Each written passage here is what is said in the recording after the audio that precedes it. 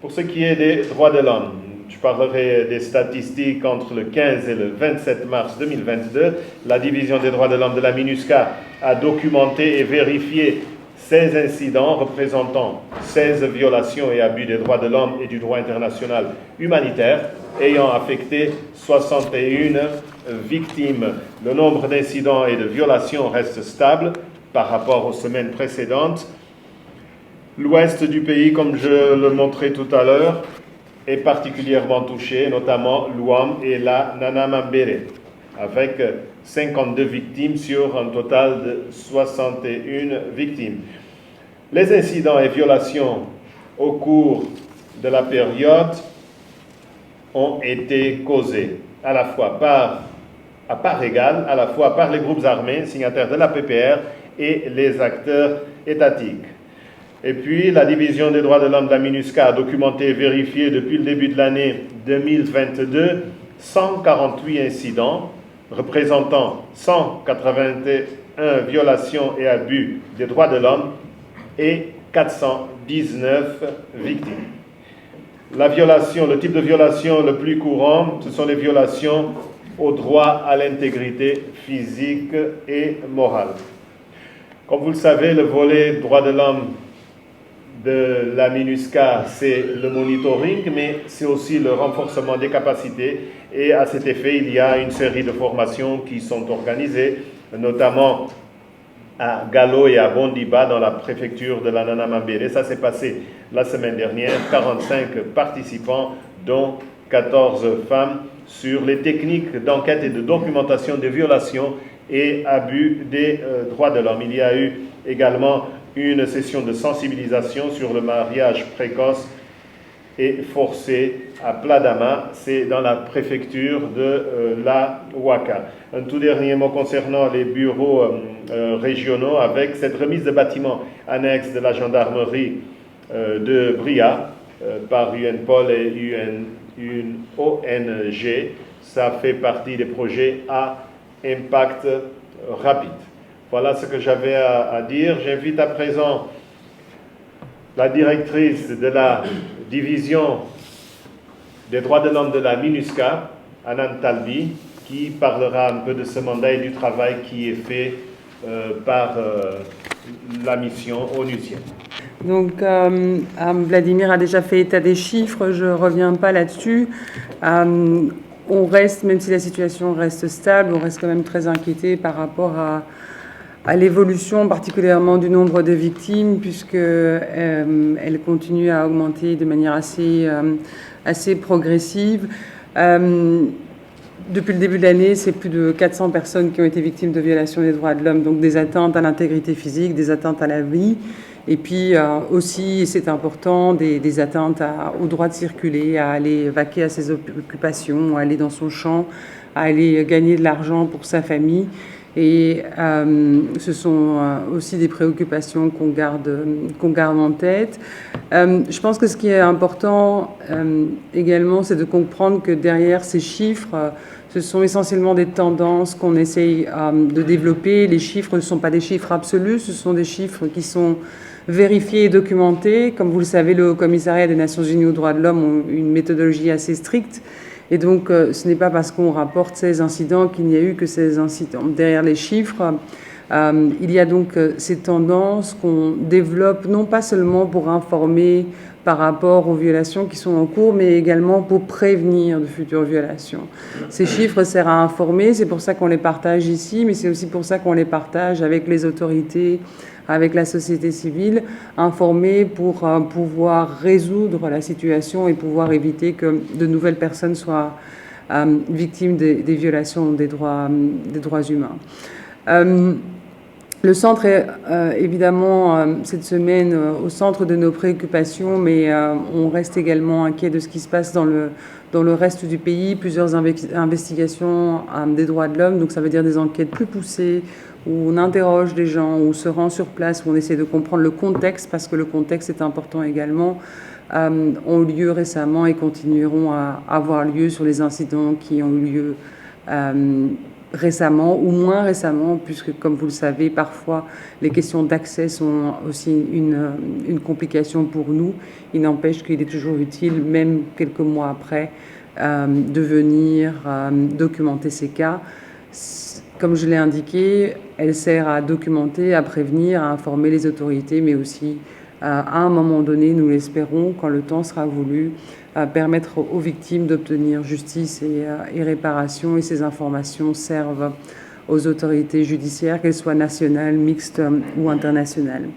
Une chose qui est importante pour la division des droits de l'homme et particulièrement pour le mandat de la MINUSCA, c'est qu'à côté du travail qui est peut-être le travail le plus visible de notre division, qui est la documentation des violations, notre travail de terrain, il y a tout ce travail de promotion des droits de l'homme. Quand j'entends travail de promotion, oui, évidemment, on pense à tout ce qui est activité de formation, mais ce n'est pas tout.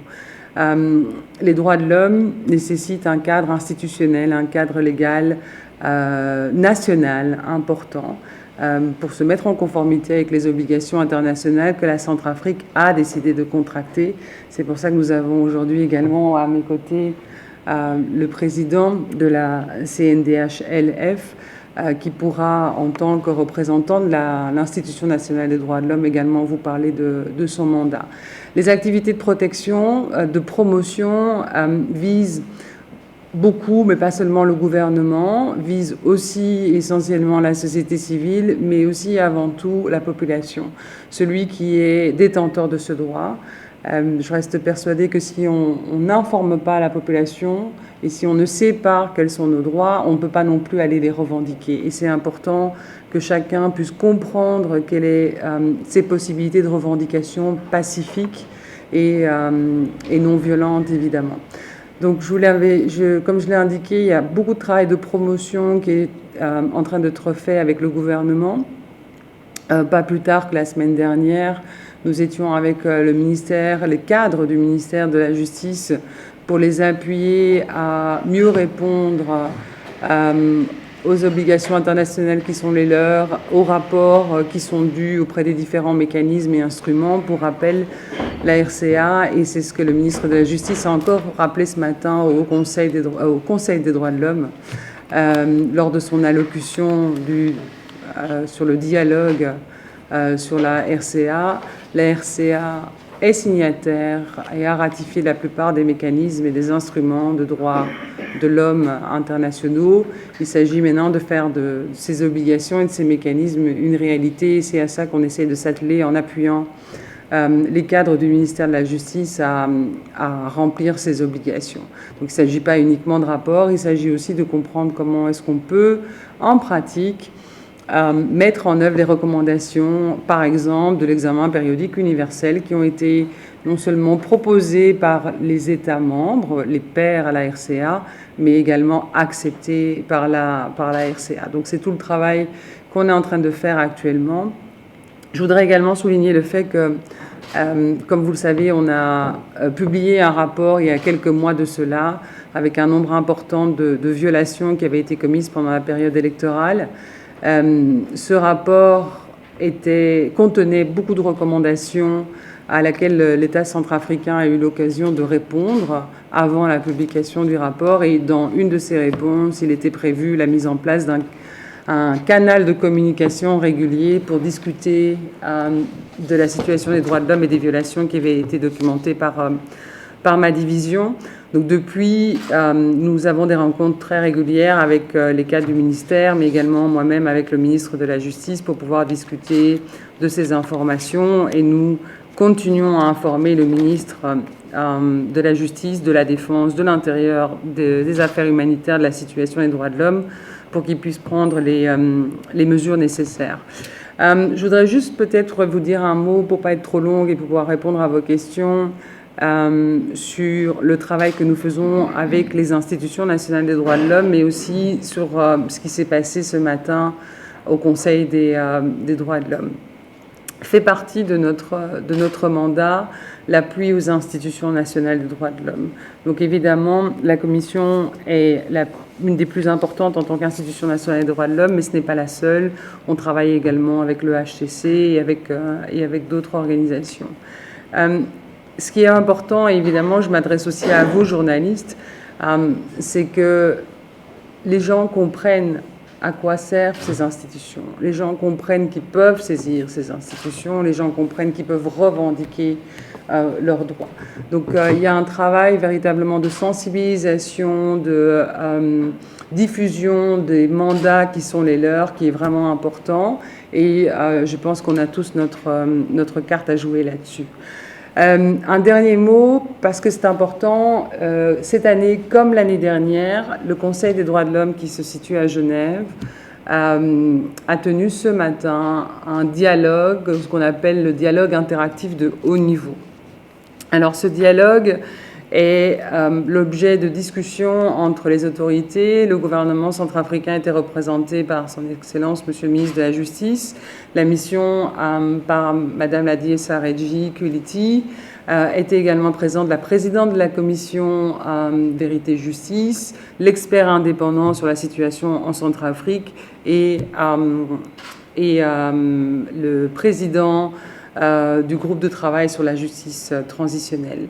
Toutes ces personnes ont pu exposer devant le vice-président, devant la haute commissaire sur la situation et leur lecture en matière de droits de l'homme dans le pays, sur les efforts qui étaient consentis, sur les choses encore à faire. Et plusieurs États membres ont posé des questions, plusieurs États membres ont évoqué des inquiétudes par rapport à la situation, en ce compris des États voisins ou des États qui apportent déjà une collaboration assez importante avec la Centrafrique. Je m'excuse d'ailleurs du retard. J'étais en fait avec des organisations de défense des droits de l'homme dans une autre salle où on a organisé une diffusion pour pouvoir prendre connaissance de ces différentes déclarations. Je pense que c'est un rendez-vous important parce que c'est aussi le moment de faire un peu la photographie des choses, se dire les choses de manière très claire où il y a des choses à pousser et à augmenter. Il a été beaucoup question de la question de la lutte contre l'impunité, des moyens mis à disposition par le gouvernement pour la commission Vérité-Justice pour qu'elle soit effective, l'absence de bénéfices, d'émolument, l'absence de bâtiments. Mais il a aussi été question, et c'est, comme je vous le disais, très important pour nous, de la nécessité d'une politique nationale des droits de l'homme, d'un vrai plan de travail pour mettre en œuvre et pour faire des droits de l'homme une réalité en Centrafrique. Les droits de l'homme, ce n'est pas un principe. Les droits de l'homme, c'est quelque chose auquel on a droit, qui sont liés à la dignité humaine. Et il est évidemment important qu'on puisse faire en sorte d'assurer qu'il y a un vrai cadre institutionnel qui en assure la réalité pour tous les Centrafricaines et tous les Centrafricains.